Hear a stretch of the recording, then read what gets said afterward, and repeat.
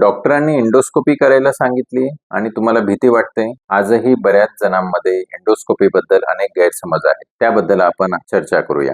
मी doctor Sharad Deshmukh, gastroenterologist आणि liver specialist, Medilive hospital, Nashik. Endoscopy म्हणजे एक छोट्या कॅमेऱ्याच्या साहाय्याने अन्ननलिका, जठर आणि स्मॉल इंटेस्टाइनची तपासणी. तर पहिला गैरसमज जो अनेक व्यक्तींमध्ये असतो तो म्हणजे की एंडोस्कोपी दरम्यान खूप वेदना होतात.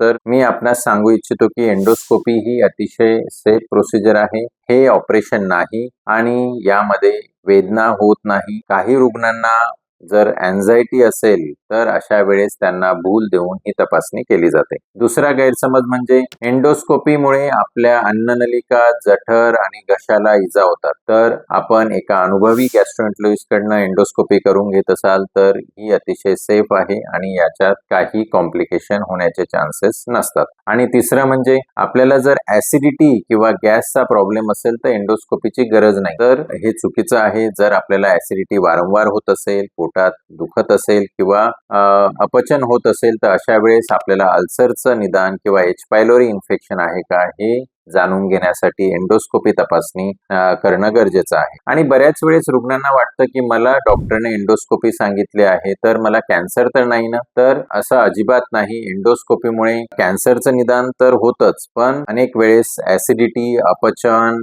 वॉमिटिंग, मळमळ किंवा वजन कमी होणे यासारख्या समस्यांसाठी सुद्धा एंडोस्कोपीची तपासणी केली जाते. तर मी आपणास सांगू इच्छितो की एंडोस्कोपी ही एक सोपी तपासणी आहे, अतिशय सेफ आहे आणि यामुळे आपल्याला बऱ्याच गोष्टींचे निदान होते आणि आपले आरोग्य सुरक्षित ठेवण्यासाठी याची मदत होते. धन्यवाद.